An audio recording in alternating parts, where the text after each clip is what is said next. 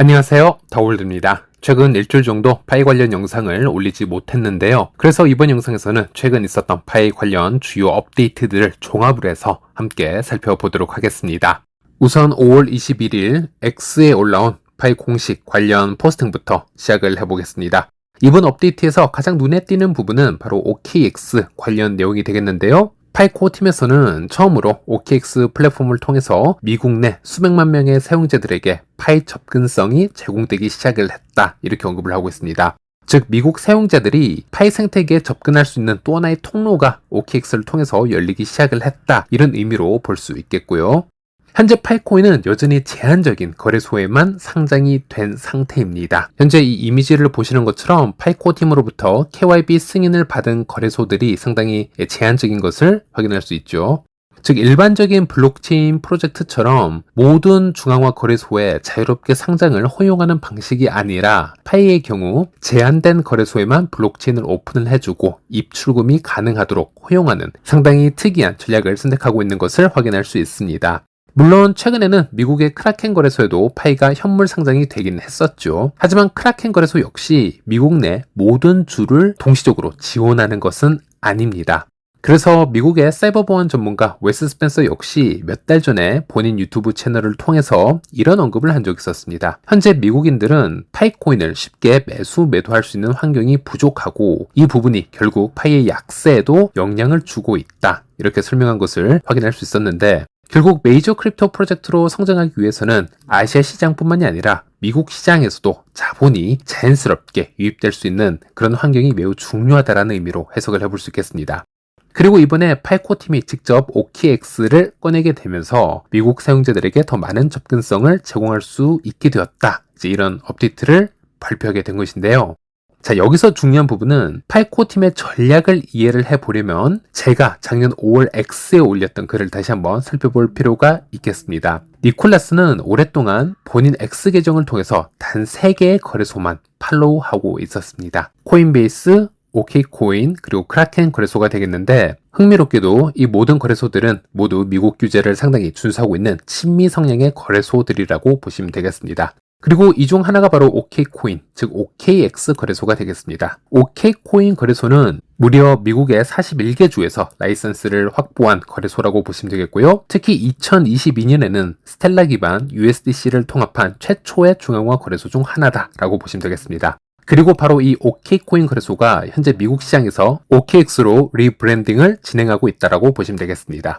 그리고 여기서 또 하나 흥미로운 부분이 있죠. OKX 거래소 역시 이 스텔라 파운데이션과 함께 이 스탠포드 FDCI라는 멤버로 참여하고 있다는 점인데요. 여기서 파이와 전략적 제휴를 가져가기 매우 유리한 조건을 가지고 있다고 보시면 되겠습니다. 그래서 정리를 해보자면 파이가 미국 기반 암호화폐 프로젝트이고요. 또 이 프로젝트의 창시자들이 매우 보수적인 학자들임을 감안했을 때 최근에 리플과 SEC 사례들을 지켜보면서 미국 규제 환경 속에서 굉장히 신중하게 성장 전략을 세우고 있는 그런 프로젝트일 것이다, 이렇게 추측이 가능한데, 그래서 니콜라스와 청대와 이 두 명은 장기적으로 법적인 리스크를 최소화하면서 어떻게 미국 사용자들에게 안전하게 파이코인을 접근시킬 것인가에 대해서 오랫동안 고민을 해보았을 것이고, 그 해답 중 하나가 바로 디테일하게 제휴가 가능했던 OKX 거래소를 통한 미국 상장이었을 것이다, 이렇게 우리가 해석을 해볼 수 있겠습니다.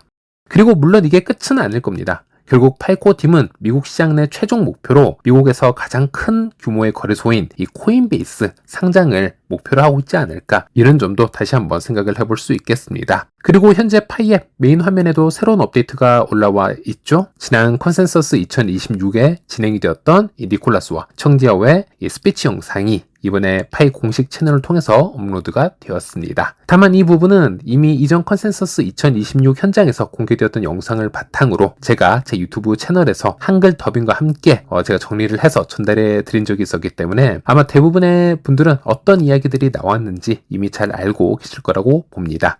그래서 이 부분은 스킵하도록 하겠습니다. 자, 그리고 파이 프로토콜 23버전 업그레이드가 완성이 되었습니다. 그래서 파이 노드는 23버전에 이르면서 이전의 단순 기능 패치 수준을 넘어서 서버 내 저장된 블록체인 데이터 구조 전체를 최적화하는 대대적인 인프라 재정비를 완성했다고 보시면 되겠습니다. 하지만 여기서 끝이 난 것이 아니라 파이는 바로 24, 25, 26 버전을 앞두고 있는 것을 확인해 볼 수 있는데요. 이것은 스텔라가 최근 26 프로토콜 야드스틱을 성공적으로 진행시키면서 파이도 이 흐름을 쫓아가는 것이라고 보시면 되겠습니다.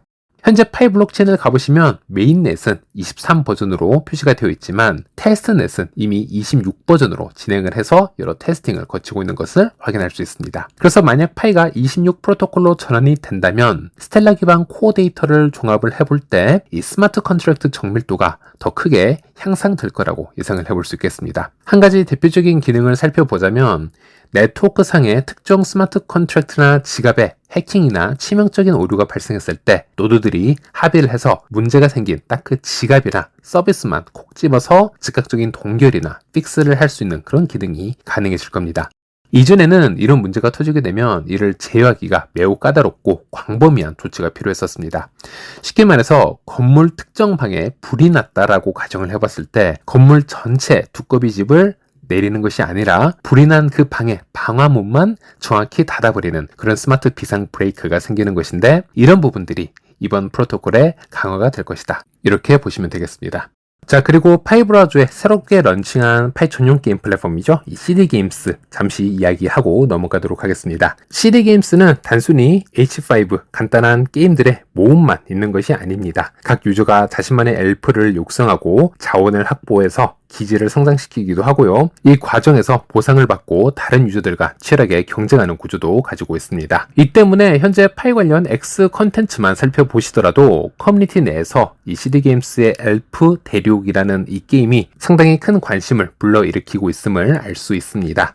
저도 틈틈이 플레이를 하면서 현재 제 레벨을 16레벨까지 키워봤는데요. 물론 저보다 더 높은 레벨로 올라간 분들 상당히 많으시겠지만 현재 16레벨이면 그래도 이 게임이 출시가 되고 상당히 많은 부분을 미리 체험을 해봤다라고 보시면 되겠습니다. 직접 제가 게임을 해보면서 느낀 점은 그래픽 자체는 다소 단순할 수 있지만 전 세계 파이 유저들이 한 곳에 모여서 경쟁을 한다는 점이 생각보다 아주 강한 중독성을 만들어내고 있다는 것입니다. 또 공급에 비해서 수요가 많다 보니 나무 하나를 베더라도 수많은 유저들이 미리 베기 위해서 경쟁을 하는 모습들을 살펴볼 수 있는데 이런 것들이 모두 재미 요소가 될 수 있다고 볼 수 있겠습니다. 또 그러다 보니 저 개인적으로는 경쟁심이 붙으면서 자연스럽게 플레이 시간이 길어지는 그런 부분도 있었고요. 그리고 물론 과금 없이 천천히 캐릭터를 성장시켜 나갈 수는 있습니다. 하지만 남들보다 한 발 앞서가고 싶은 마음이 있기 때문에 파이코인을 직접 결제하면서 성장 속도를 높이는 유저들도 많이 있고요. 저 또한 그러고 있습니다.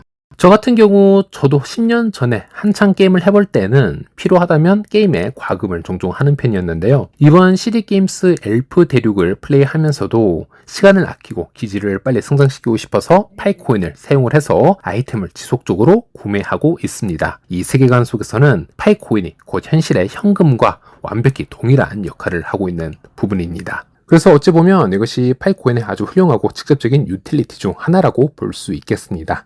물론 아직은 서비스 초기 단계라서 이 게임의 성공과 실패를 섣불리 단정짓기는 이릅니다. 하지만 워낙 파이 생태계 유저풀이 방대하다 보니 그중 일부만 유입되었음에도 서버 내에 엄청난 인원이 동시 접속해서 플레이하고 있다는 것을 쉽게 체감할 수 있고요. 실제로 CD게임스 이 5월 22일 발표에 따르면 베타 테스트 첫 주에만 무려 162개국에서 8만 1000명의 유저가 가입을 했다. 이렇게 데이터가 나오고 있는데요. 이 수치는 엘프 대륙이라는 게임이 출시되기 전의 수치였고요. 현재는 이 엘프 대륙이 출시가 되었기 때문에 파이 커뮤니티의 결속력을 한번 생각을 해보았을 때 이 수치는 앞으로 더 크게 증가하지 않을까 조심스럽게 기대를 해봅니다. 자, 그리고 다음으로 짚고 넘어갈 부분이 있습니다. 바로 스캠 관련 이슈가 되겠는데 아무리 이 파이 스캠을 조심하라고 영상에서 수년간 말씀을 드려도 안타깝게 피해자는 계속 나오고 있습니다. 그리고 특히 이런 파이 지갑과 같은 비스탁형 지갑을 사용하는 경우에는 누군가가 자산을 대신 보관해주거나 복구해주는 구조가 아니기 때문에 한 번이라도 본인의 시드 문구, 즉 24개의 0단어가 유출이 되면 그 순간 그 자산은 사실상 복구가 불가능하다. 이렇게 보시면 되겠습니다. 그래서 암호화폐 시장에 들어온 이상 가장 중요한 것은 단 하나가 되겠는데요. 스스로 공부하고 스스로 자산을 지키는 것입니다.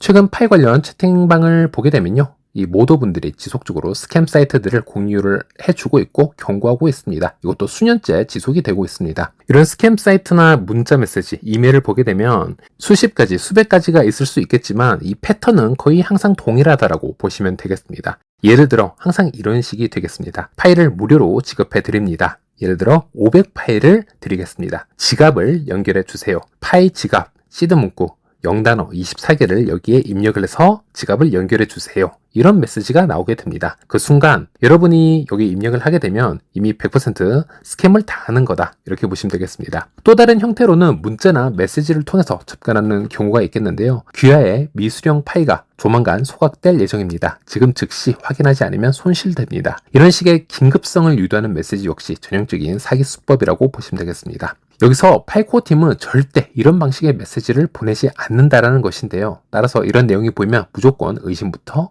해야 되겠습니다. 그리고 이런 혼란스러운 크립토 시장에서 살아남기 위해서 방법이 있다면요. 이런 달콤한 말들, 공짜로 준다, 지금이 아니면 늦는다, 현재 어디서 파이가 100만 원 이상의 거래가 되고 있더라. 이런 콘텐츠들이 상당히 많이 소비가 되고 있는데 이런 콘텐츠를 무비판적으로 받아들이지 않는 것입니다. 특히 파이 커뮤니티의 경우 이전부터 GCP 같은 개념이나 검증되지 않은 그런 내러티브들이 반복적으로 확산이 되면서 정보와 루머의 경계가 흐려지는 경우가 많았습니다. 이런 환경에서는 무엇이 진짜고 무엇이 가짜인지 판단하는 능력이 점점 약해질 수밖에 없습니다. 그래서 결국 중요한 것은 본인이 희망 회로를 돌릴 수 있는 정보를 많이 보는 것이 아니라 재미가 좀 없더라도 객관적인 정보를 걸러서 보는 능력을 키우는 것, 이것이 중요하다고 할 수 있겠습니다. 참고로 제 주변을 보면 그분들조차 제가 하는 말조차 한 번 더 검증하길 원하고 그 출처를 요구를 하고 있습니다. 저는 그런 분들과 함께 하고 있는데요. 그런 환경에서는 오히려 이상한 스캠에 당하는 경우가 거의 없다라고 보시면 되겠습니다. 그래서 이런 크립토 시장은 누구를 믿는 시장이 아니라 스스로 판단하고 스스로 자산을 지키는 시장이고요. 그리고 그런 원칙을 지키는 사람들만이 이 시장에서 오래 살아남을 수 있다. 이렇게 말씀드릴 수 있겠습니다. 자, 그리고 파이의 KYB 리스트에 포함된 파트너십 기업이죠. 벤사 기업에서 파이를 언급한 포스팅이 있어서 가지고 와 봤습니다. 크립토 마이닝의 방식에 이미 의미 있는 변화가 시작이 되고 있다. 이제는 채굴 장비도 필요 없고 대규모 시설도 필요가 없는 시대가 되었다. 파이의 1670만 명의 KYC 인증 및 메인넷 마이그레이션 완료 유저 커뮤니티가 모바일 채굴을 통해서 어떻게 게임의 규칙을 바꾸고 있는지 살펴보도록 하겠다. 이런 얘기를 하고 있습니다. 파이의 합의 모델은 FBA를 사용을 하고 있다라고 얘기를 합니다. 참고로 여기서 FBA는 SCP와 동일한 거라고 보시면 되겠습니다. 그래서 파이는 FBA 프로토콜을 사용을 해서 글로벌 신뢰 그래프와 참여자 간의 조정, 검증, 그리고 사회적 신뢰 신호를 활용을 해서 크립토 채굴 방식을 혁신하고 있다. 이를 통해 채굴은 가볍고 환경적으로 지속 가능하고 모바일 네이티브 방식으로 전환이 되고 있다. 이렇게 설명을 합니다. 그리고 여기서 벤사 기업은 파이 커뮤니티를 실제 법정 화폐 시스템과 연결을 해주고 있다.